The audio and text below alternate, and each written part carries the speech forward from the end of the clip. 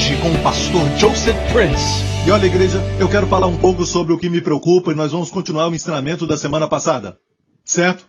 Vamos continuar de lá. Lembra como o rei Sisaque, o rei do Egito, entrou em Israel durante o tempo do rei Roboão, o filho de Salomão, e o que ele fez? Ele levou todos os tesouros do templo e falamos sobre como ele levou os escudos de ouro que Salomão tinha feito. Ok? E vimos que a Bíblia nos mostra que depois que o rei Sisaque levou os escudos, o rei Roboão mandou fazer então escudos de bronze. Pense nisso. O bronze, quando é polido muito bem, parece com ouro. Certo? Ele estava preocupado com as aparências, mas não tinha substância. E a minha preocupação é esta. Quando olho ao meu redor, e eu tenho até viajado muito, e eu já participei de grandes conferências pela graça de Deus, eu ministrei em algumas delas, e eu quero te dizer que uma das minhas maiores preocupações agora é que o evangelho que Charles Spurgeon pregou, o evangelho que D.L. Moody pregou, o evangelho que foi dado ao apóstolo Paulo há 2000 anos atrás, está agora sendo removido bem devagar, mas sutilmente o diabo tem removido o evangelho. Vimos na semana passada em Judas como certos homens virão se infiltrando na igreja sem ninguém perceber, secretamente. E eles então vão subverter a graça de Deus, a palavra transformar a graça de Deus em libertinagem. Nós fizemos um estudo profundo sobre este termo. É a palavra grega metatífame. Metatif quer dizer substituir uma coisa pela outra. Ou seja, vão remover a graça. E olha bem isso. O que acontece quando removem a graça? A libertinagem vai tomar lugar. Porque a graça é o único antídoto contra a libertinagem. Amém? Olha, tem gente que diz, se pregarmos a graça, vamos promover a libertinagem. Leia a Bíblia. Certo? Quando a graça é subvertida, quando a graça é removida, o que entra no seu lugar? Libertinagem. Amém? A minha preocupação é que, naqueles dias, tempos atrás, Spurgeon, Moody, Wesley, usavam frases como a justificação pela fé, justificado pela fé. Hoje falamos sobre justiça, porque a palavra justificar, justificação, todas vêm de uma palavra grega, certo? Dikaiou, que é justo, justiça, certo? Mas eles falavam então justificação pela fé. E hoje você vai ver que as pessoas falam coisas, removem os escudos de ouro e dizem que a justificação pela fé não é tão importante. Sim, é importante para você ser salvo, mas depois disso você se justifica pelas obras. Está me ouvindo? Então estão misturando o evangelho.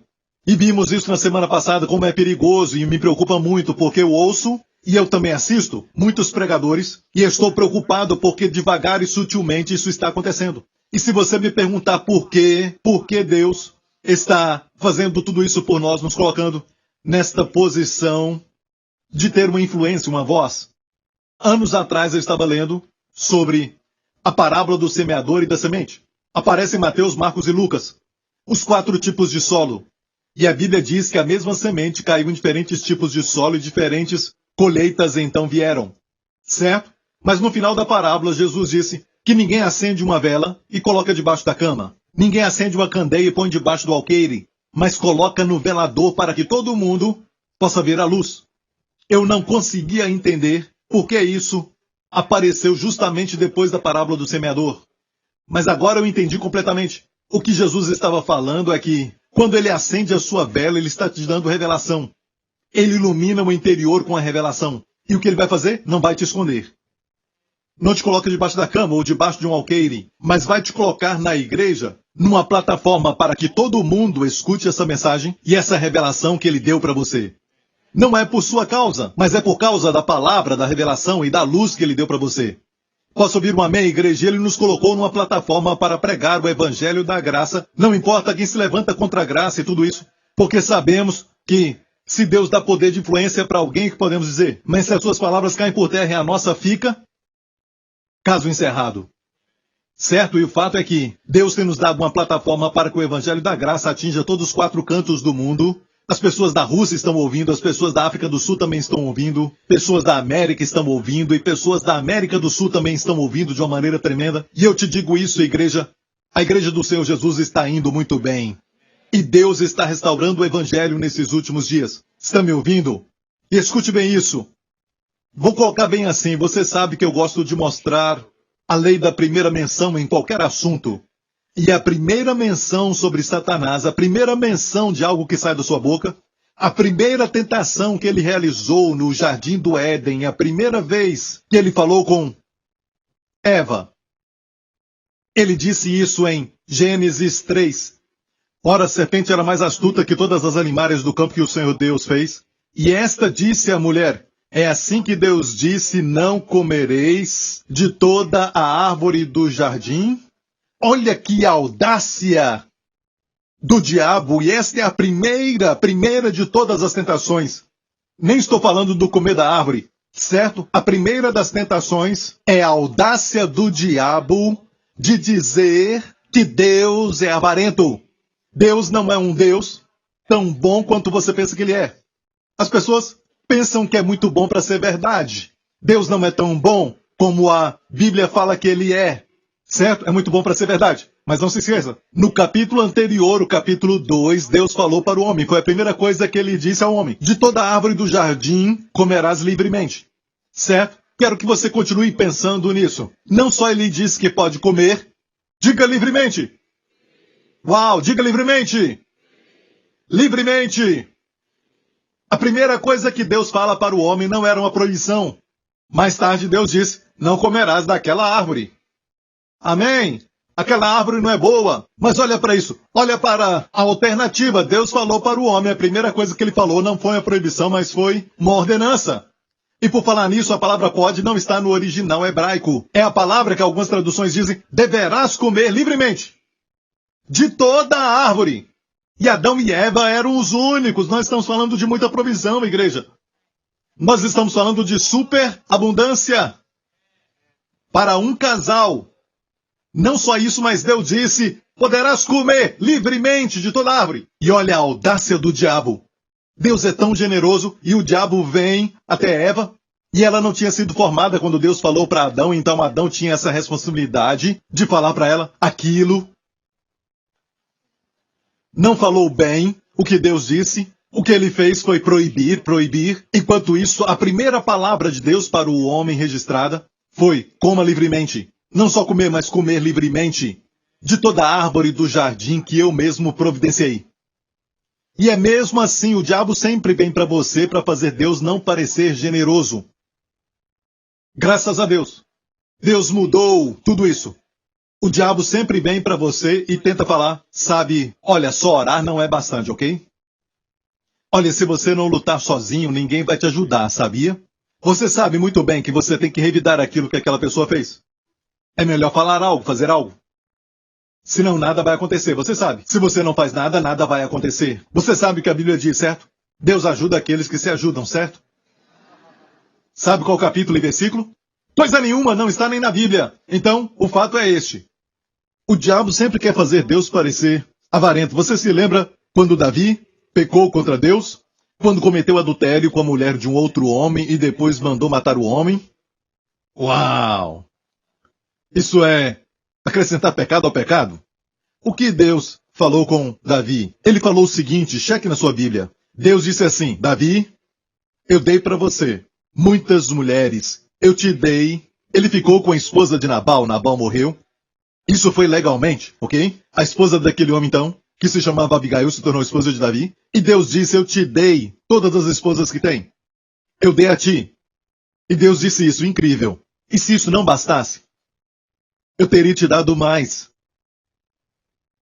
Você já leu isso? Vocês estão se alegrando agora e, na verdade, só estou te falando, certo? Esta verdade do Antigo Testamento.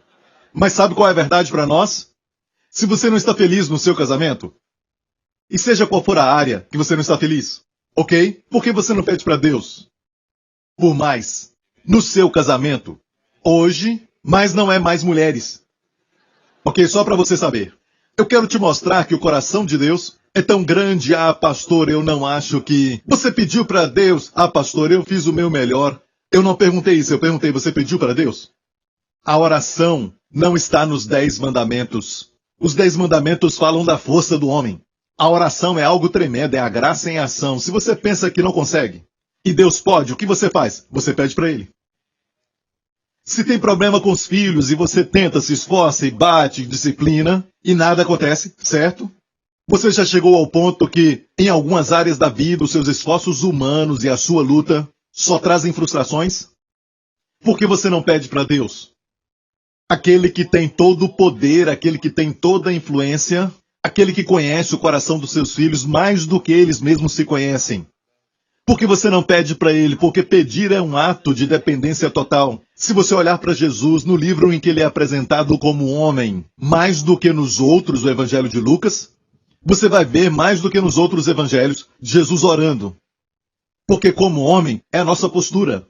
A postura própria para o homem é depender de Deus. E ele sempre orava. E orava tanto que você vai ver que entre as orações milagres aconteciam. Os discípulos então perguntavam para ele: Senhor, ensina-nos a orar, porque viram que era a fonte do seu poder, mesmo ele sendo Deus em carne.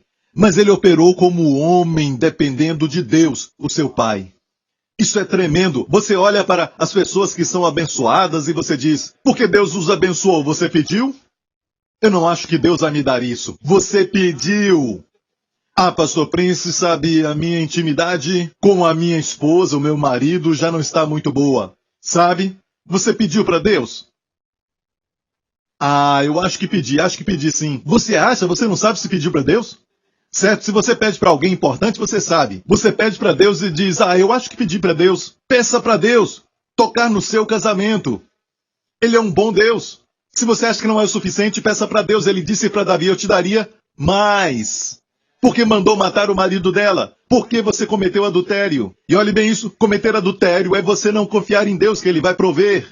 Roubar é um ato de não confiar em Deus que Ele vai prover. Ter inveja de outros é um ato interior dizendo, sabe, Deus é um Deus que abençoa outras pessoas, mas não é bom para mim. Igreja, a graça funciona assim. Deus não é bom para nós porque nós somos bons. Deus é bom para conosco porque Ele é bom. Alguns pensam assim: se eu for bom, Deus vai ser bom para comigo. Então é melhor ser bom. Não. O fato é este: Deus é bom para conosco porque Ele é bom. Quando somos maus, Deus é bom. E quando descobrimos que Deus é bom para conosco, mesmo nós sendo maus, a sua bondade nos faz bons. É a bondade de Deus que nos leva ao arrependimento. Posso ouvir um amém, igreja? O profeta Eliseu estava morrendo e ele tinha feito tantos milagres, o dobro do seu mestre Elias. E o tempo chegou em que Eliseu ia morrer para estar com o Senhor, e o seu último ato no leito da morte foi chamar então o rei de Israel. E o rei de Israel foi Joás. E ele disse a Joás: Joás, toma essas flechas, e tomou as flechas das suas mãos. E ele disse: Deus vai te ungir para derrotar os sírios. E ele disse: pega essas flechas das minhas mãos. Certo, você vai vencer e derrotar os sírios. Olha, fira a terra com essas flechas. O profeta foi direto com a sua instrução. Pega essas flechas e fira a terra com elas. Certo? Um pouco antes ele disse: coloque as suas mãos no arco. E o rei colocou as mãos no arco. O profeta colocou suas mãos nas mãos do rei e disse: atira. E ele atirou. Esta é a flecha da libertação do Senhor. Uau, que estilo legal, sabe? Depois então ele disse: pega as flechas. E o rei pegou as flechas, então disse: fira a terra com as flechas. E o rei de Israel pegou e feriu a terra 3 vezes. E parou. E o profeta ficou irado. E disse: por que você feriu 3 vezes? Deveria ter ferido 5 ou 6 vezes. Agora você vai ter só 3 vitórias sobre a Síria. Então, olhando isso, limitamos a Deus. Deus quer que recebamos livremente. Ele é um bom Deus, Ele é um grande Deus, Ele é generoso. E o plano do diabo antes de você pecar é sempre dizer: você acha que Deus vai te dar? Deus deu para o pastor Prince, Deus deu para outras pessoas, mas e você? Olha bem, você tem que enganar. Você tem que roubar. Ninguém vai saber disso. Você tem que se ajudar. Antes de alguém pecar, de cometer adultério, o diabo coloca dúvida. O seu marido vai sempre fazer isso. Ele não muda. Sua esposa? Pedir Deus para quê? Ele fala isso. Deus disse: se tivesse me pedido, eu teria te dado mais. Pastor Prince, como ele vai me dar mais no meu casamento? Peça primeiro, não me peça para explicar, ok? Amém, mas ele faz. Ele transforma a água em vinho. Foi seu primeiro milagre. E ele pode fazer de novo. Amém? Se você não está gostando deste nível do seu relacionamento, peça para Deus. Ele pode te levar para um novo nível. Mas, por favor, não procure outra mulher. Você acha que vai encontrar outra mulher e isso vai ficar em secreto e ninguém vai saber, mas o mundo todo vai descobrir isso, sabe? Olha, você pode pedir para Deus e Ele vai transformar sua esposa. Peça a Ele. Posso ouvir um amém? E Deus sempre nos responde. Sabe quando Salomão, só para te alegrar, Salomão pediu para Deus. Porque ele tinha construído para Deus uma casa. O templo. Sabe, este era o desejo de Davi, mas Deus disse, tem muito sangue nas suas mãos, Davi. O seu nome, cujo nome é paz, Salomão é Sholomon. Ele vai construir para mim uma casa. E Salomão construiu o templo. E na dedicação do templo, Salomão fez essa oração. Ele orou por duas coisas naquela longa oração. Mas basicamente ele disse, Deus, escuta dos céus. Pediu para Deus ouvidos atentos para aquela casa. Quando alguém fosse ao templo e orasse, seria ouvido. Sabe até hoje, o que restou, aquela parede que ficou do templo, aquela parede que foi construída muito profunda na época de Salomão. Certo, e Herodes construiu em cima. Certo, existe então aquele muro e os judeus vão orar ali. Não estão orando para o muro. Certo, é porque se lembraram da oração de Salomão e todo mundo que fosse lá orar, Deus ouviria. Não precisamos disso, nós podemos hoje orar em qualquer lugar, porque temos acesso pelo nome de Jesus. Certo? Mas entendemos o que eles estão fazendo, mas o fato é que ele pediu para Deus ouvidos atentos e olhos atentos. Ele disse para Deus para que os seus olhos estejam abertos, noite e dia, sobre este lugar. Diga olhos abertos. Certo? Sobre este lugar, para ouvires, diga, para ouvires, diga ouvir. Ele pediu a Deus ouvidos atentos e olhos abertos. E no final da oração, nós não sabemos quando, em uma daquelas noites, quando ele estava dormindo, durante uma daquelas noites, Deus apareceu para ele de novo. E olha o que Deus falou para ele. O Senhor tornou a aparecer a Salomão como lhe tinha aparecido em Gibeon. E o Senhor lhe disse, ouvi a tua oração, ouvidos atentos, e a súplica que fizeste perante mim, santifiquei a casa que edificaste, a fim de pôr ali o meu nome. Ouvidos atentos, olhos abertos, o seu nome vai estar lá, e os meus olhos abertos, e o meu coração estarão ali. Ele pediu para Deus ouvidos atentos e olhos abertos, mas Deus deu para ele olhos abertos, ouvidos atentos e coração ali, e colocaria o seu nome ali.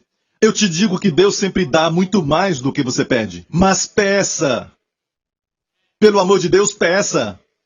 Durante o dia inteiro, se você entender essa verdade sobre a graça, você vai sempre pedir.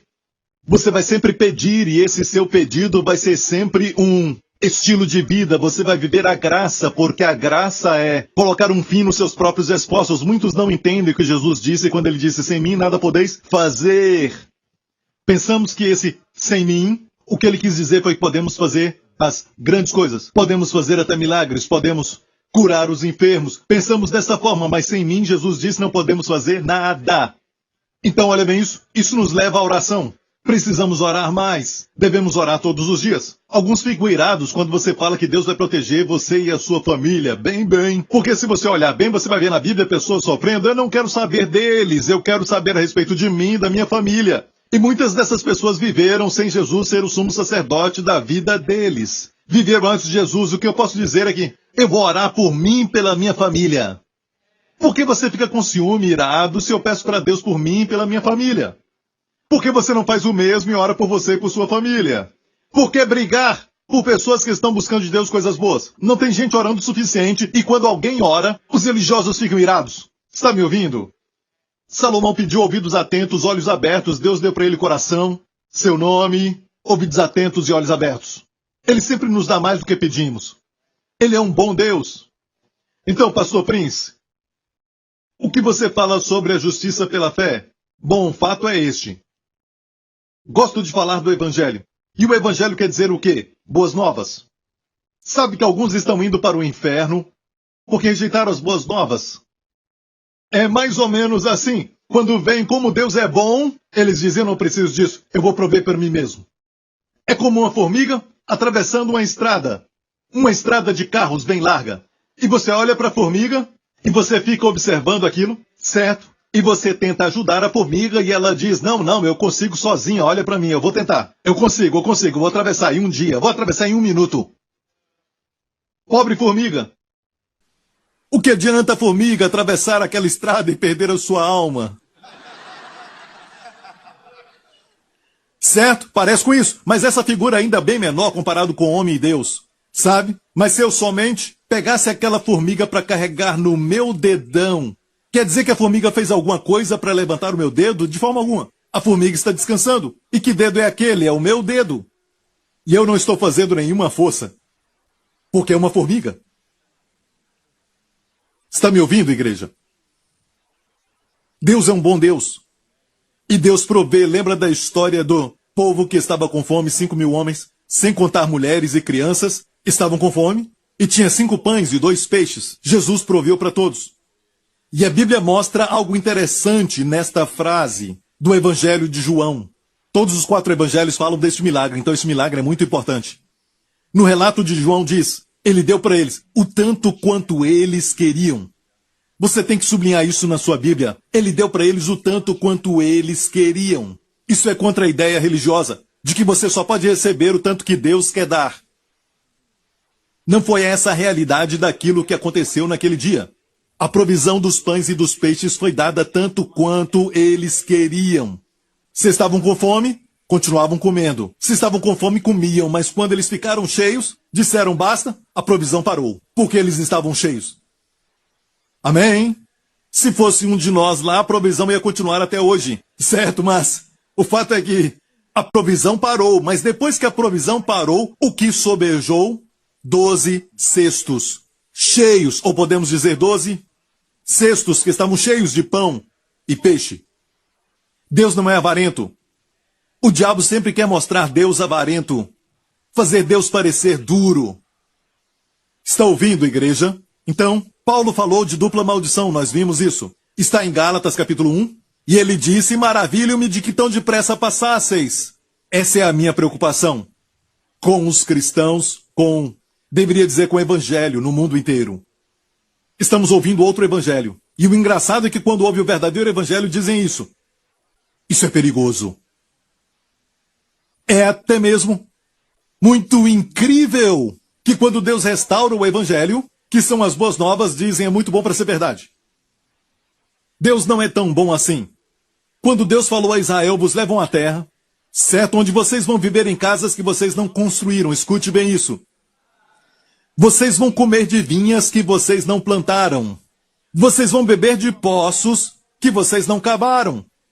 Era a terra que mana e não uma terra que somente tem mel e leite. É uma terra que mana uma ideia de abundância, terra que mana leite e mel. Vos levarei a essa terra e vocês não têm que fazer nada.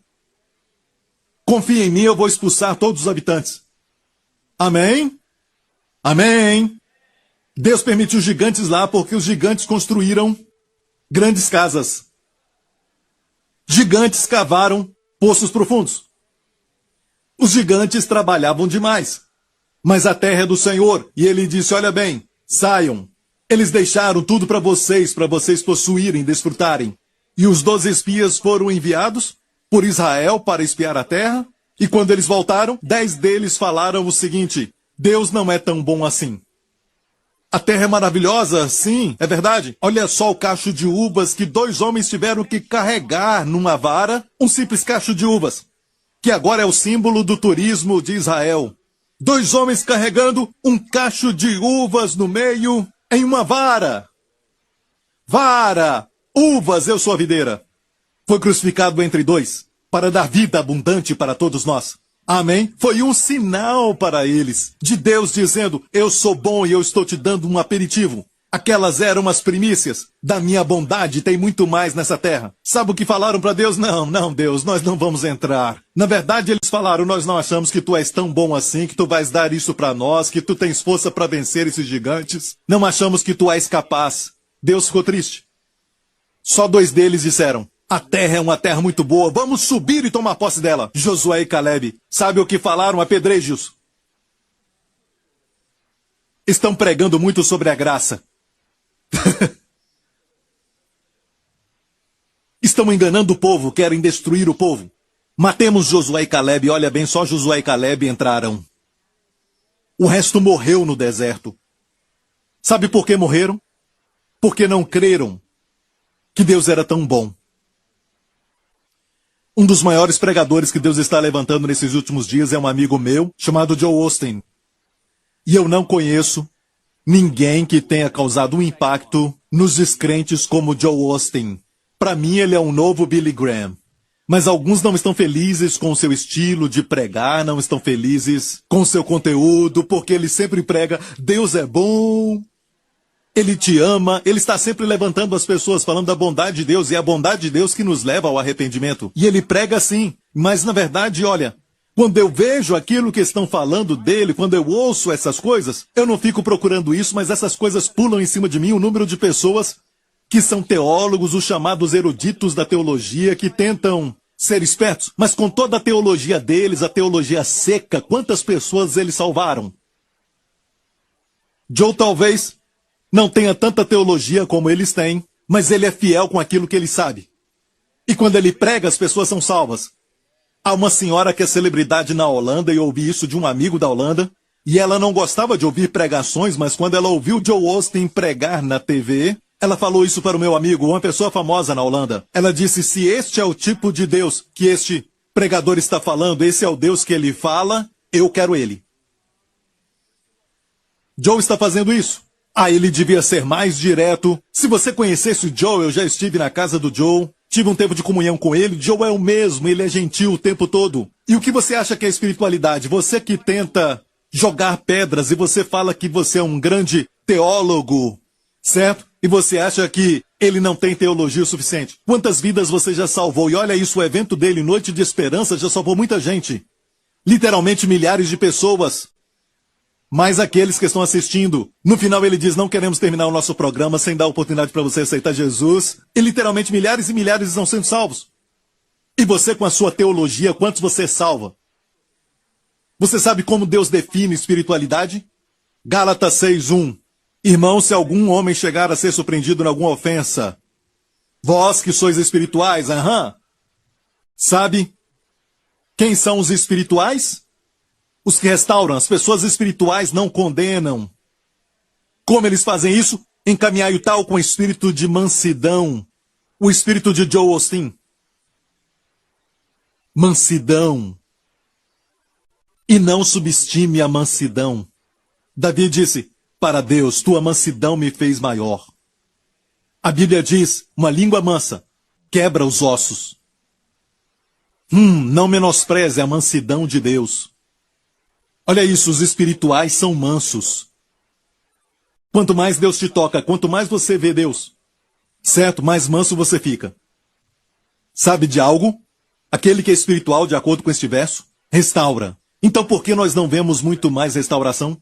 Só vemos condenação, só vemos crítica, porque não são espirituais. Incluindo esses teólogos que criticam Joe. Não somos espirituais, podemos ter vários diplomas. Vamos em frente. Então alguns estão indo para o inferno, porque não estão crendo que alguém já pagou o preço. Imagine, eu entendo até se alguém dissesse, você tem que escalar aquela montanha. Depois daquela montanha vai até o Monte Everest. Depois do Monte Everest, o último vai ser, depois você vai para o céu. Você tem que escalar o Fiji. Então quando você descer, você vai ter um certificado do céu. Diz que você vai ser salvo quando morrer e vai para o céu. Eu entendo, e alguém pode dizer, muito difícil. E sabe o que eu acho? Alguns gostariam disso. Porque teriam que fazer algo para se orgulharem. Mas se alguém já fez toda a obra, você deve saber disso. Você nunca vai ser feliz, a sua consciência não vai estar tranquila, se não entender isso. Entenda isso. Toda a exigência divina que o céu tinha para o homem foram todas atendidas divinamente por Jesus. Toda exigência divina que Deus tem para o homem foram todas atendidas divinamente por Cristo. Aleluia! Boas novas! Você é salvo quando descansa naquilo que já foi feito. Então você entende o que eu estou falando? Alguns vão para o inferno porque não acreditam que Deus é tão bom. A obra foi concluída. O diabo foi derrotado. Alguns não creem nisso. E às vezes somos tão duros, sabe? É como... quando o médico fala para você, volta quarta que vem, às 7 da manhã, porque você vai fazer alguns testes durante o dia. Certo, e vamos ver o que nós podemos fazer. Ele nem consegue garantir que vai descobrir o que você tem. Sabe o que você faz? Acorda às 6 da manhã. Você toma um banho e você fica pronto. Você não quer ficar na fila e também não quer que outras pessoas cheguem na sua frente. Então o médico diz para você, antes de qualquer coisa, vai lá no primeiro andar e faz o exame de sangue. E você vai fielmente. Você nem sabe que o verdadeiro médico foi desmaiado e outra pessoa tomou seu lugar. Você nem pede a sua identificação. Você vê aquelas palavras que parecem importantes e você acredita, não é? Mas quando Deus fala e te diz a obra foi concluída e eu te amo, nós falamos, Deus, sabe, eu preciso de um sinal. Deus falou, preciso de um sinal. Sabe, manda um pássaro à minha porta, bem cedo de manhã, ou então manda um pássaro para a minha janela e o pássaro cante uma canção qualquer, ou então uma canção da cantora mais famosa da atualidade. Sabe? Faça algo sobrenatural para que eu saiba que o Senhor falou comigo. Como isso entristece a Deus, não é? Alguém que você nem conhece. Parece importante. Fala para você tirar sangue do seu corpo, sabe? E você deixa aquela pessoa fazer isso? E você mesmo nem conhece? As enfermeiras lá, vou tirar o seu sangue, hein? Você nem sabe quanto elas vão tirar, mas você dá a si mesmo.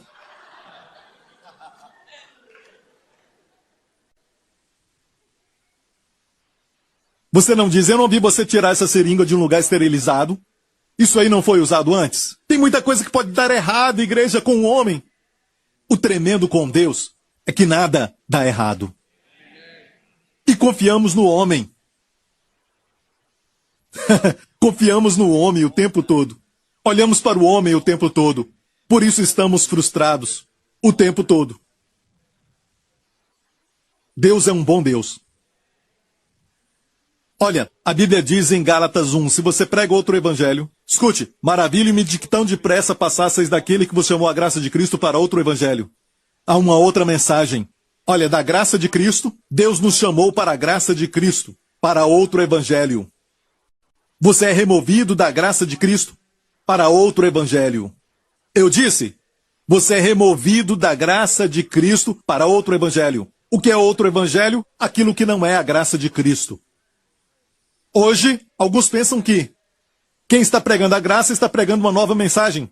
Mas, na verdade, é a antiga mensagem. Tudo que não é a graça de Cristo é outro evangelho.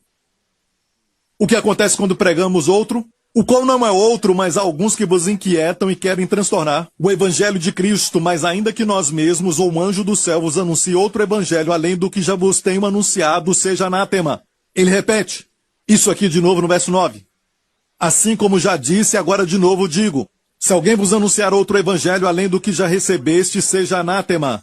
Uau, uau, uau, uau, uau, uau. Na semana passada eu falei que eu perguntei para Deus o seguinte, por que Paulo, um apóstolo cheio de graça, cheio de amor, por que será que ele pronunciou um anátema duplo em qualquer um que prega outro evangelho? Deus disse, porque eu amo as ovelhas. Eu amo a igreja pela qual meu filho morreu. E não vou permitir que falsos pregadores que pregam outro evangelho tenham sucesso. Quando essa maldição vem sobre eles, eles ficam imobilizados, os recursos param, até a saúde acaba.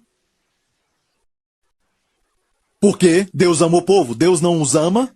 O fato é que, se eles insistem em pregar outro evangelho, Deus ama a igreja. Não se pode brincar com isso. Recentemente eu vi na televisão, certo, alguém dizer isso. O evangelho que você ouviu, que te salvou, não é o evangelho que vai te manter. Eu disse o quê? Ele disse, é o evangelho do reino, é algo popular que saiu agora, o evangelho do reino, que quer dizer que o evangelho que Paulo pregou, o evangelho da graça, não é o evangelho que, na verdade, Deus tinha planejado. É o evangelho que te salva primeiro, mas não é forte o suficiente para te manter. Tem que ter o evangelho do reino de Deus. Agora são dois evangelhos. Eu vou te falar algo que eu recebi como revelação de Deus. Eu estava lendo isso e Deus mostrou para mim como essa coisa pode ser muito perigosa. E foi tirada deste verso aqui, Atos 20. Mas de nada faço questão, Paulo disse. Paulo estava falando com os líderes de Éfeso antes de partir por barco. Certo? Nem tenho a minha vida por preciosa. Paulo disse, contanto que cumpra com alegria a minha carreira e o ministério que recebi do Senhor Jesus para dar testemunho do evangelho da graça de Deus. O evangelho é o evangelho da graça de Deus. Mas olha isso, ele diz, e agora?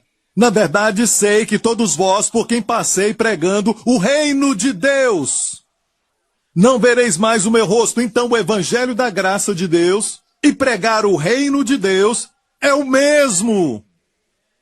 É o mesmo evangelho. Por isso, quando Paulo pregava o evangelho, ele dizia, o reino de Deus não é comida e bebida, mas justiça. O evangelho da graça revela a dádiva de Deus de justiça. A primeira coisa sobre o reino de Deus não é físico, não é comida e bebida, mas é justiça, paz e alegria no Espírito Santo. E alguns dizem, ok, a graça de Deus é o suficiente para te salvar, mas não é o suficiente. Tem que ter o evangelho do reino. Então, estão pervertendo tudo isso para um outro evangelho. Talvez você não ouviu isso, mas eu estou te falando porque eu estou pregando em todo o mundo. Não seja enganado. Paulo disse qualquer outro evangelho, que não é o evangelho da graça de Cristo. Certo? A Bíblia diz é outro evangelho. Você entendeu? Mas da mesma forma, se eu prego o evangelho da graça, olha isso. Em vez de ter dupla maldição, eu tenho dupla bênção. Minha mãe me educou bem, sabia? Não importa o que falam de mim. Eu quero ter a dupla bênção e não a dupla maldição.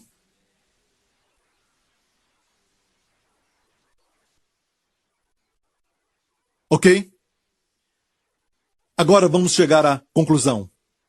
Se você olhar para aquilo que desagrada muito a Jesus, certo? O ira vai ficar surpreso. Na Bíblia, se eu perguntar, me fala de um verso que falou que Jesus ficou irado. Muitos vão dizer, quando ele derrubou a mesa dos banqueiros no templo e expulsou todos dali.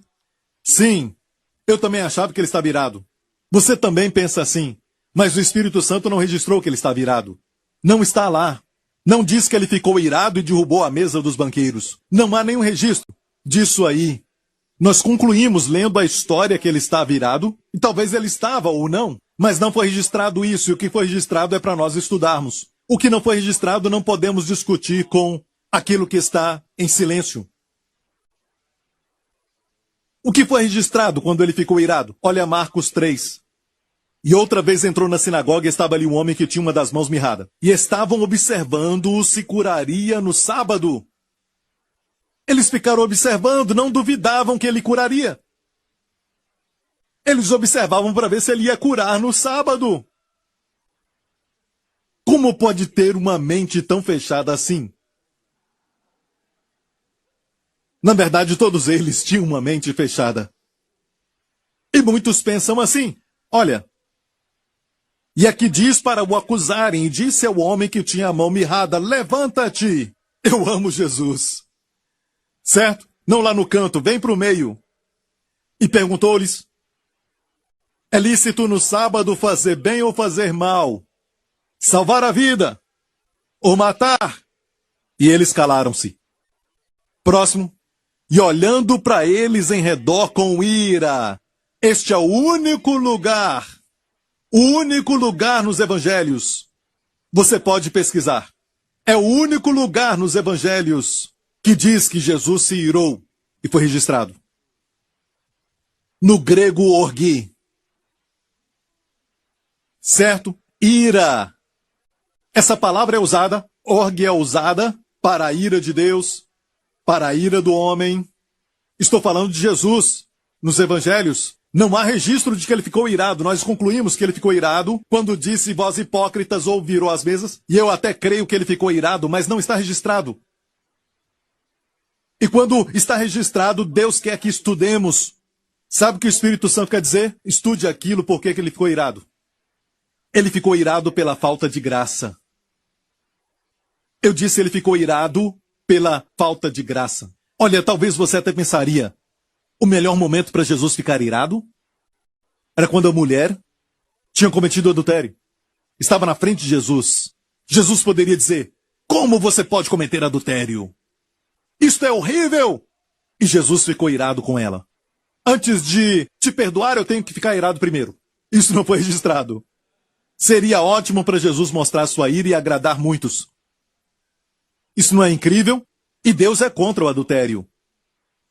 É falta de confiança, como eu disse. Deus é contra o roubo. É falta de confiança. Deus é contra a inveja. Não tem que ter inveja de ninguém, porque a inveja é baseada na crença de porque aquela pessoa tem isso agora, eu tenho menos. É baseada na crença da falta. Se você crê que Deus tem muito e tem mesmo até para abençoar todo mundo com mais do que o suficiente, no planeta Terra e ainda ter muito mais ainda para bilhões e bilhões de planetas, e ainda ter muito sobrando, você não vai ter inveja. De fato, você vai pedir para Deus. Ok?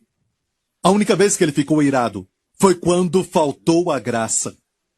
Uau, ele é o mesmo? Ontem, não é? Hoje e para sempre. O que o fez irado naquela época, registrado para nós, é o que deixa irado hoje. Quando alguns têm falta de graça. E olha isso, condoendo-se da dureza do seu coração, disse ao homem, estende a tua mão. E ele a estendeu, e foi-lhe restituída a sua mão, sã como a outra. E tendo saído os fariseus para celebrarem, não, tomaram logo conselho com os herodianos contra ele, para ver como o matariam. Uau! Um membro da igreja deles foi curado, foi salvo, e eles queriam matar Jesus. Isso é incrível, não duvidavam que ele curaria. Que coisa terrível! O coração pode ser tão duro. Não me importa, só porque é de graça, eu rejeito. E olha aqui, condoeu-se com a dureza do coração.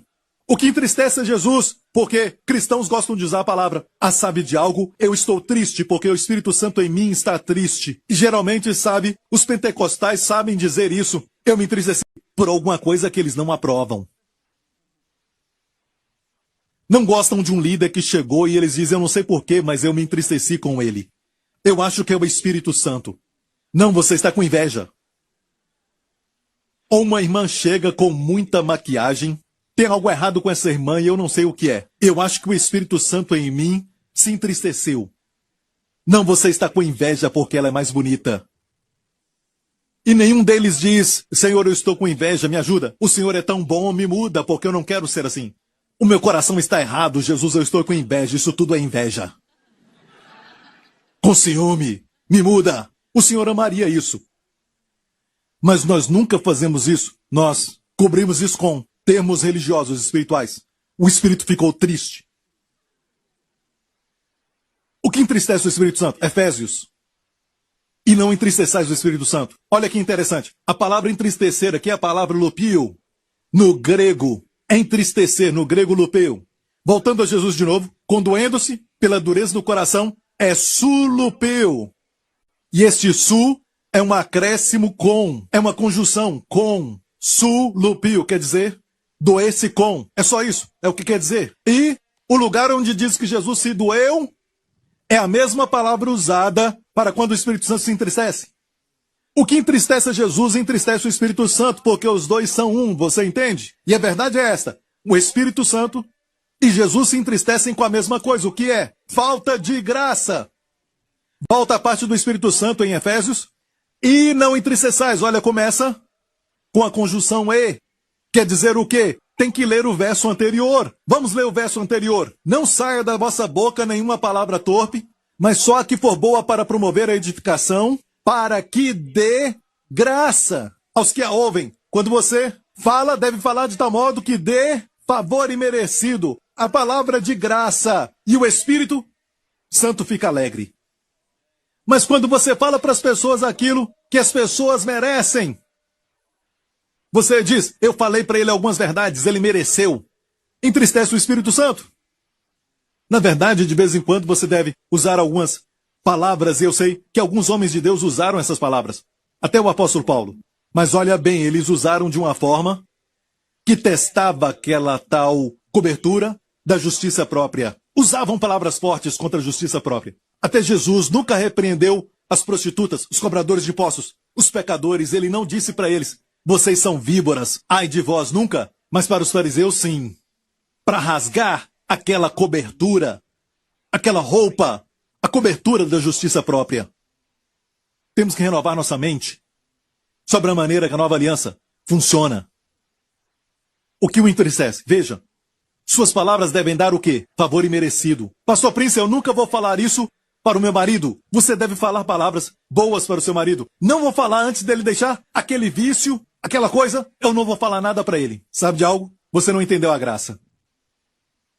Eu nunca vou falar isso para minha esposa. Até ela limpar a casa, eu vou falar que eu a amo.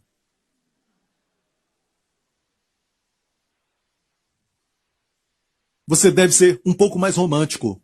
Ah, mas olha bem, ela não cuida bem de mim. Por que você não dá para ela favor imerecido com as suas palavras? Porque é isso que a graça é. A graça é um favor que você nunca mereceu. Você diz algo, eu nunca vou falar isso pro meu marido. Eu sei que as outras irmãs falam essas coisas para os maridos porque elas têm maridos que são muito amáveis. Mas você não conhece o meu marido, você não conhece o meu Deus. Você não sabe como o meu Deus transforma o seu marido. Seu marido é maior do que o meu Deus?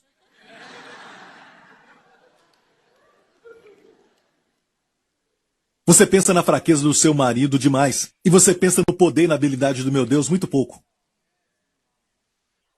Por isso não pedimos. Isso não faz sentido. Ok? Deus não tem falta de muitas formigas para ajudar a atravessar a estrada. Pode ir em frente. Olha bem, Deus não vai cair do trono porque você não quer sua ajuda. Ele já existe muito antes de você. Amém, igreja? Vou terminar. Não é incrível que tiramos o verso do contexto e eu ensino sempre o contexto. Quem tira o verso do contexto pode falar qualquer coisa que entristece o Espírito Santo. Último verso antes de terminar. Vamos direto àquilo que desagrada a Jesus. O único lugar que está registrado. Ele ficou triste. Não triste, mas muito triste. Jesus ficou triste. Você quer ver o que o entristeceu? Você quer ver isso? E é o único lugar nos 4 evangelhos, durante a vida do Senhor Jesus Cristo, onde diz que ele ficou muito triste. Você quer ver onde está? A palavra triste é muito forte. Você quer ver o que entristeceu? Deve ser aquela mulher pega em adultério, uma prostituta. O que você acha? Alguém mascando chiclete enquanto ele pregava. Será que foi isso? O que você acha, hein? Fala aí o que o entristeceu muito, não só o deixou triste, mas muito triste. O que você acha? Você quer ver? Eu vou terminar com isso, ok? E traziam-lhe meninos para que lhes tocasse. Diga tocar.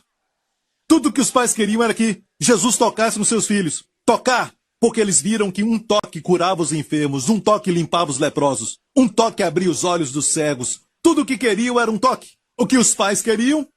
Um toque. Certo? Mas os discípulos repreendiam os que lhes traziam. Eu repreendo esses pais. E a palavra repreender aqui é uma palavra repreender severamente. Não incomodem Jesus. Ele tem coisas mais importantes, como curar os enfermos.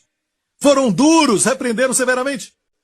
Jesus, porém, vendo isto, indignou-se. Em uma versão diz que ficou muito triste. Grandemente indignado. E a palavra ali para indignação é a palavra aganactio. H é de Agan. Nactio. Agan é muito. Nactio, indignado. Então ele ficou muito indignado. Grandemente indignado. E sabe de uma coisa? É o único lugar que ficou registrado durante a vida do Senhor Jesus Cristo, onde ele ficou muito indignado. Ou indignado. é o único lugar. Tenho certeza que podemos ver a sua indignação em outros lugares. Sim, ele ficou indignado, mas não foi registrado. Mas o único lugar que registrou, devemos estudar. Quando o Espírito Santo registra algo, é para nós estudarmos. E aqui você vê que ele foi indignado com o quê? A falta de graça. Para com quem? Crianças. Uau! Agora, durante o culto, as crianças nas salas, precisamos escutar isso. Amém? Precisamos falar com os professores o que Jesus sente deles. O que Jesus pensa sobre as crianças. E disse-lhes deixar vir os meninos a mim, não os impeçais, porque dos tais é o reino de Deus, e aquele que não receber o reino de Deus como menino, de maneira nenhuma entrará nele. O verso 13 diz o quê? Vamos ler de novo? Os pais queriam que Jesus os tocasse. Olha o que Jesus fez. Mais à frente. E tomando-os nos seus braços, as crianças, os bebês, tomou-os nos seus braços, e impondo-lhes as mãos, os abençoou. Se eu fizesse um filme, eu faria um filme com essa cena, primeira parte. E toda criança se tornaria uma série. Seguiríamos a vida deles, sabe? Depois do toque. E como a vida deles se tornou algum até desviando, por causa do toque ele voltava. Seria um seriado maravilhoso, não seria? E eu sempre mostraria aquele toque. Certo? Mas não foi um toque. Mas diz aqui que ele os tomou nos seus braços. Uma palavra no grego. Tomou-os nos seus braços é uma palavra no grego. Sabe qual é? Esta palavra. Enakelizomai. Ele os abraçou. Os pais pediram por um toque. Jesus sempre responde mais do que pedimos. Olha para mim. Ele sempre excede sua expectativa. Sempre. Jesus sempre vai além. Os pais pediram para tocar. Jesus os abraçou. Ele os abraçou. Este é o meu Jesus, o meu Senhor. Eu não sei naquilo que você crê. Alguns pregam outro Jesus. Mas estou te mostrando o Jesus da Bíblia e mostrando o contexto. Amém, igreja? Porque há 2000 anos atrás, esse lindo Jesus abriu seus braços na cruz. Como que dizendo, este é o tanto que eu te amo. Talvez você viveu crescendo e os seus pais sempre falando, isso não basta, nós não temos dinheiro suficiente, não temos o suficiente disso, daquilo. E pode ser até pessoas pobres com muito dinheiro. Pobreza não é questão do que você tem fisicamente, mas é questão do que você é por dentro. Tem pessoas que são ricas, e eu já vi, não querem pagar por aquilo que é barato. Nem dão gorjetas. São pobres, pessoas com dinheiro. Deus te dá riquezas, te faz rico de verdade, de dentro para fora. Porque na cruz, ele foi totalmente destituído de tudo, de todos os seus bens terrenos. A última coisa que ele viu na cruz foram os soldados lançando sortes da única coisa que tinha, que eu creio que a sua mãe fez para ele. A Bíblia diz que era uma túnica linda. Eu creio que era azul. E a última coisa que ele viu foi os soldados disputando, cumprindo a escritura que está nos Salmos. Eles lançaram sortes sobre minha roupa. Devia ser linda, pois os soldados não a rasgaram. Tiveram que lançar sorte para ver quem ficava com ela. Se fosse algo barato, jogavam um para o outro. E eu creio que sua mãe fez para ele. Foi a última coisa que ele viu.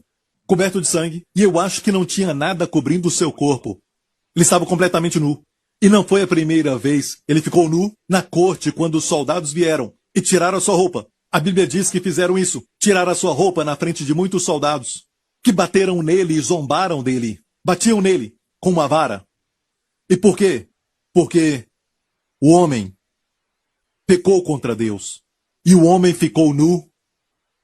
E o presente de Deus, deste Deus, que é um bom Deus, veio. E sua nudez foi para nos cobrir com vestes de justiça. Quando cuspiram no seu rosto, é para nos vestir com a glória de Deus. A coroa de espinhos é para te coroar com a paz que excede todo o entendimento. Ele ficou nu e destituído de tudo para que Deus possa prover tudo para você. Ele foi cortado de Deus na cruz para que Deus nunca te deixe, nem te desampare. E meu amigo, Deus é bom assim. A cruz é um testemunho da mentira do diabo que começou no jardim do Éden, que Deus te priva de alguma coisa. Deus sabe que no dia que você comer, Deus está te privando de algo. Ele não quer que você tenha isso porque Ele sabe que você vai ficar mais inteligente, vai ser como ele. Deus está te privando de algo, é uma mentira do diabo. E a cruz cancela tudo isso. A cruz é um testemunho vivo de que Deus não nos priva de nada, porque Ele nos deu o seu melhor. Ele não te deu Miguel, o arcanjo, Ele não te deu Gabriel. Ele deu para você o seu filho unigênito, o filho que Ele ama, o filho que abriu o céu quando Ele saiu do Rio Jordão e o Pai disse, este é o meu filho amado. Deus o entregou por todos nós. Deus é um bom Deus, dê a Ele glória. Amém. Curve sua cabeça, feche os seus olhos e eu quero falar para aqueles que nunca receberam esta bondade de Deus. Jesus Cristo morreu na cruz pelos meus pecados, amigo, pelos seus pecados e os meus. Você acredita nisso? Você recebe essa obra? Ser salvo é acreditar nos evangelhos, é acreditar no Senhor Jesus Cristo e que não precisamos fazer mais nada? Mas só receber o que Cristo fez. É colocar a sua fé em Cristo e naquilo que Ele fez. Você quer fazer isso? Se você quer, onde você estiver assistindo isso agora, faça essa oração. Ore de coração e diga, Pai Celestial, eu creio que Jesus Cristo é o Filho de Deus. Eu creio que naquela cruz Ele morreu pelos meus pecados. Ele foi sepultado. Mas no terceiro dia, Deus Pai, Tu o ressuscitaste dos mortos. A morte é um inimigo, e Tu venceste a morte. Em Cristo, eu declaro, com fé no meu coração, Jesus Cristo é o meu Senhor e meu Salvador, e eu recebo o Teu amor por mim, eu recebo o perdão dos pecados, e eu creio, Deus, que Tu és bom, e o Teu amor e a Tua graça não são somente por um momento, mas para sempre. Em nome de Jesus. E toda a igreja diga, amém, amém, amém. Glória a Deus. Levante as suas mãos neste lugar. Nessa semana, você tem um dever de casa. Não vai ter teste, mas dever de casa. Olhe para si mesmo, bem lá dentro. Se tem algum ciúme, ou se tem inveja de alguém. Quando você lê sobre alguém, em alguma revista, e se você estiver com ciúme ou a inveja tiver te pegado, diga a si mesmo, essa é uma expressão de descrença. Deus não tem que abençoar alguém e isso vai te custar algo. Ok? E que isto seja um alerta para você, que é hora de pedir para Deus e colocar sua fé nele. Amém?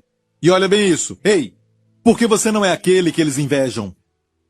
Porque você não é aquele que as pessoas ficam com ciúme.